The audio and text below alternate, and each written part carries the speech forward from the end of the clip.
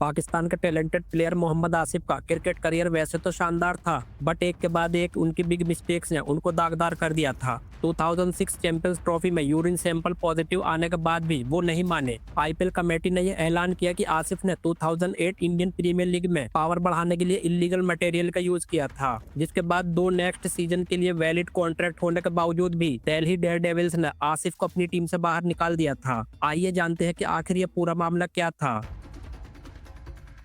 14 जुलाई को आईपीएल ने first time ये अनाउंस किया कि यूरिन टेस्ट में आसिफ पॉजिटिव पाए गए।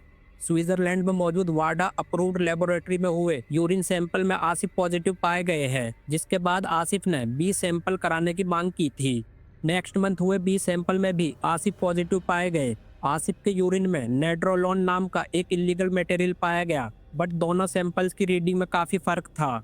आईपीएल कमेटी ने आसिफ को तुरंत सस्पेंड कर दिया। साथ ही नसीम अशरफ की पीसीबी गवर्नमेंट ने भी आईपीएल इन्वेस्टिगेशन पूरी होने तक सभी तरह की क्रिकेट से आसिफ को सस्पेंड कर दिया था।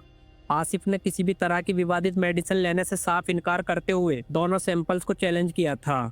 आसिफ के लिए यह साल बेहद कंट्रोवर्शियल रहा था। उनको 1 जून 2008 को एक गैर कानूनी चीज रखने के लिए दुबई एयरपोर्ट पर अरेस्ट किया गया था, जिसके लिए उनको 19 दिन कस्टडी में रहना पड़ा था। उस वक्त नसीम अशरफ गवर्नमेंट ऑफिसर शफकत हुसैन नगमी के मुताबिक आसिफ के पर्स से अफीम पाई गई थी, बट नसीम अशरफ गवर्नमेंट बदल गई और new PCB chairman Ejaz Bhatt ने आसिफ को बदनाम करने के लिए नगमी को सस्पेंड कर दिया था। ऐसा माना जाता है कि पाकिस्तान गवर्नमेंट के यूएई राज परिवार से गहरे संबंध होने की वजह से आसिफ बच गए थे। अगर आपको इस बारे में फुल डिटेल्ड वीडियो चाहिए तो हमें कमेंट्स बॉक्स में जरूर बताएं।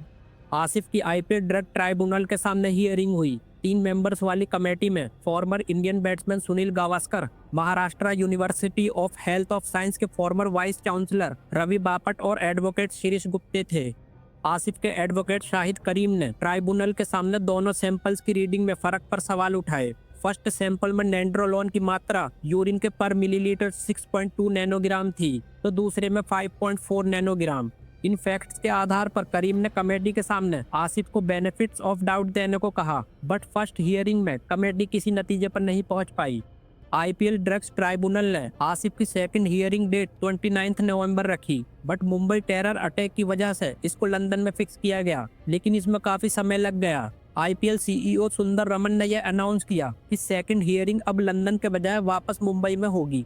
इसी दौरान आसिफ को दिल्ली डेयरडेविल्स ने जनवरी 2009 में आईपीएल कॉन्ट्रैक्ट से हटा दिया, जबकि उनके पास अभी भी 2 और सीजन के लिए वैलिड कॉन्ट्रैक्ट था। फरवरी में हुई हियरिंग में आसिफ के डॉक्टर माइकल ग्राहम ने इन्वेस्टिगेशन टीम को बताया कि आसिफ के नेंड्रोलोन का लेवल आई ड्रॉप यूज करने से बढ़ गया है। आसिफ आई स्वेलिंग ट्रीटमेंट के लिए कैराटिल यूज कर रहे हैं, जिसमें वह ऑब्जेक्ट शामिल था जिसके बारे में आसिफ को बिल्कुल भी पता नहीं था। आखिरकार ट्राइब्यूनल ने रिजल्ट सुना दिया। उन्होंने अपनी स्टेटमेंट में कहा कि 30 मई 2008 को दिल्ली डेयरडेविल्स और राजस्थान रॉयल्स के बीच मुंबई में खेले गए मैच के दौरान आसिफ के यूरिन सैंपल में नेंड्रोलोन नामक प्रतिबंधित पदार्थ पाया गया था। आईपीएल मेडिकल कमेटी ने कहा कि आसिफ ने मेडिकल छूट के लिए एप्लीकेशन नहीं दी, इसके बावजूद उनके दोनों यूरिन सैंपल फेल हो गए। पॉजिटिव पाए जाने के बाद आईपीएल ने आसिफ को 1 साल के लिए बैन कर दिया, जो लास्ट ईयर 22 सितंबर 2008 से लागू था। यही वो डेट थी जब आईपीएल ने इन्वेस्टिगेशन पूरी होने तक आसिफ को सस्पेंड कर दिया था। वाडा कोड ये कहता है, अगर किसी इंटरनेशनल प्लेयर का दूसरे देश के टूर्नामेंट में टेस्ट पॉजिटिव आता है तो उसमें आईसीसी लॉ लागू होने की संभावना है और यह पूरी दुनिया में लागू होगा। आईपीएल केस में आसिफ के लिए यह और भी बहुत बुरा था, क्योंकि पीसीबी ने दुबई मैटर के उलट इस मामले में उनकी हेल्प करने से साफ इनकार कर दिया था। आसिफ का छोटा सा इंटरनेशनल करियर पहले ही ऐसे स्कैम से दागदार हो चुका था।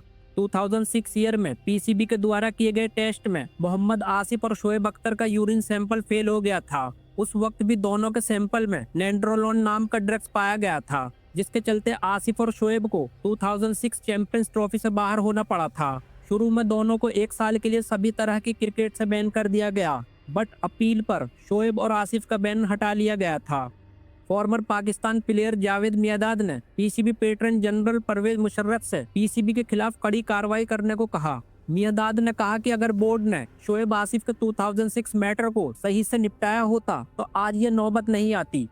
फरवरी 2009 में पीसीबी ने आईपीएल से आसिफ पर लगाए गए बैन को कम करने की रिक्वेस्ट की। पीसीबी चेयरमैन एजाज भट्ट ने कहा इसे सितंबर के बजाय जुलाई में खत्म कर दिया जाए, जिस दिन आईपीएल ने आसिफ के पॉजिटिव पाए जाना अनाउंस किया था। बट ड्रग्स ट्राइब्यूनल ने यह कहते हुए इस अपील को रिजेक्ट कर दिया कि हमने आसिफ को सितंबर में सस्पेंड किया था, इसलिए बैन सितंबर से ही लागू होगा। आसिफ का 1 साल आईपीएल बैन सिर्फ फॉर्मेलिटी बनकर रह गया, क्योंकि 26/11 अटैक के बाद भारी हंगामा होने की वजह से सभी फ्रेंचाइजीज ने पाकिस्तानी प्लेयर्स को अपनी टीम से रिलीज कर दिया था। दिल्ली डेयरडेविल्स ने आसिफ को 3 साल के कॉन्ट्रैक्ट पर $6,50,000 में खरीदा था, जिससे वह शाहिद अफरीदी के बाद आईपीएल में दूसरे सबसे महंगे पाकिस्तानी प्लेयर बने थे। इवन आसिफ के लिए यह साल बहुत बुरा रहा था। डेक्कन चार्जर्स के खिलाफ फील्डिंग करते समय उनके राइट हैंड की नस फट गई थी, जिसके बाद उस पर टाके लगाए गए थे। जियो सुपर चैनल को दिए एक इंटरव्यू में आसिफ ने आंखों में आंसू लाते हुए कहा कि मैंने पाकिस्तान ग्रीन ब्लेजर का इंसल्ट की है। अगर मुझे अगला मौका मिला तो मैं पूरी तरह से बदला हुआ प्लेयर बनूंगा। इसके बावजूद भी आसिफ नहीं माने। आगे की स्टोरी आप बेहतर ढंग से जानते हो। गाइज, आप आसिफ के दुबई एयरपोर्ट और आईपीएल में पॉजिटिव पाए जाने के बारे में क्या राय रखते हो? इसके बारे में हमें कमेंट्स बॉक्स में जरूर बताएं। साथ ही इस वीडियो में आपको कैसी रिपोर्टिंग लगी, इस बारे में भी हमें जरूर बताएं। इसी तरह की मजेदार और चटपटी वीडियोस चैनल पर अपलोड होती रहती हैं, इसलिए चैनल को सब्सक्राइब करके बेल आइकन को भी प्रेस कर लें।